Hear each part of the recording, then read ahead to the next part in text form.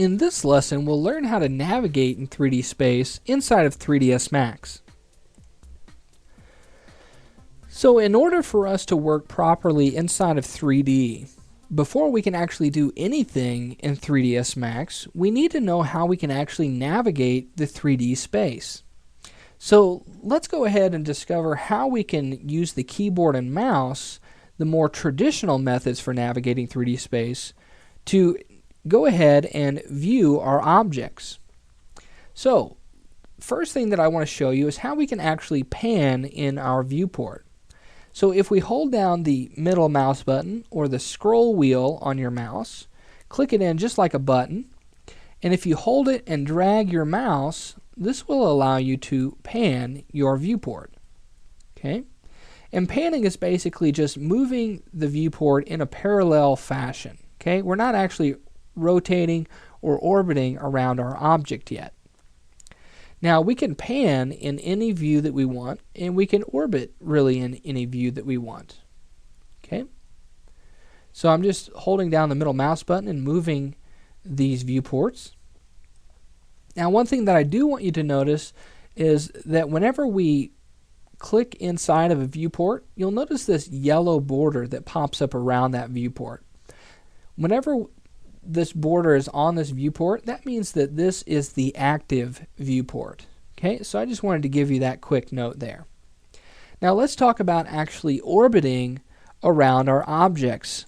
So let's hold down Alt on our keyboard, and we're going to click in that middle mouse button. We're going to hold it down, and then we'll move our mouse left and right, and this will allow us to rotate around our object or orbit around our object.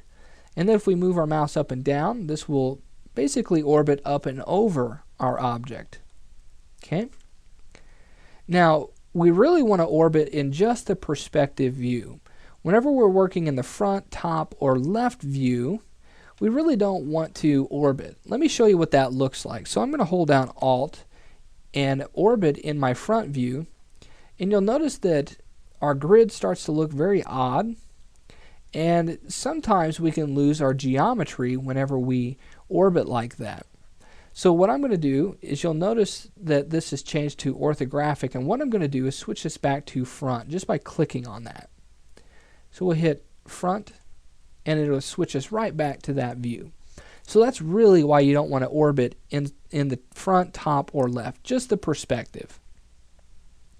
Now the last thing that I want to show you is how we can actually zoom in and out on an object, and we do that just by using our mouse wheel and scrolling in and scrolling out.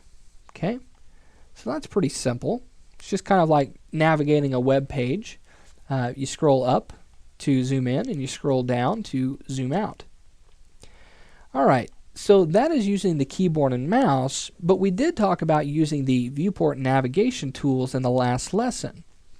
So I want to kind of show you some of these tools. I'm not going to show you all of them, just some of the majors. Okay, so we have zoom that we could use, and we just click and hold, and we can zoom in and out just by dragging our mouse. And we have zoom or zoom all, and this will basically do the same thing as zoom, except it'll do it in all of the viewports at the same time. Now we have zoom extents selected. And what this will do is actually zoom in on the object. So let's say we've lost our geometry. We're lost in our space and we can't find it. So if we hit this zoom extent selected, it'll go ahead and zoom in on that object. Okay? Now the next one is zoom extents all, so that'll do all of the viewports.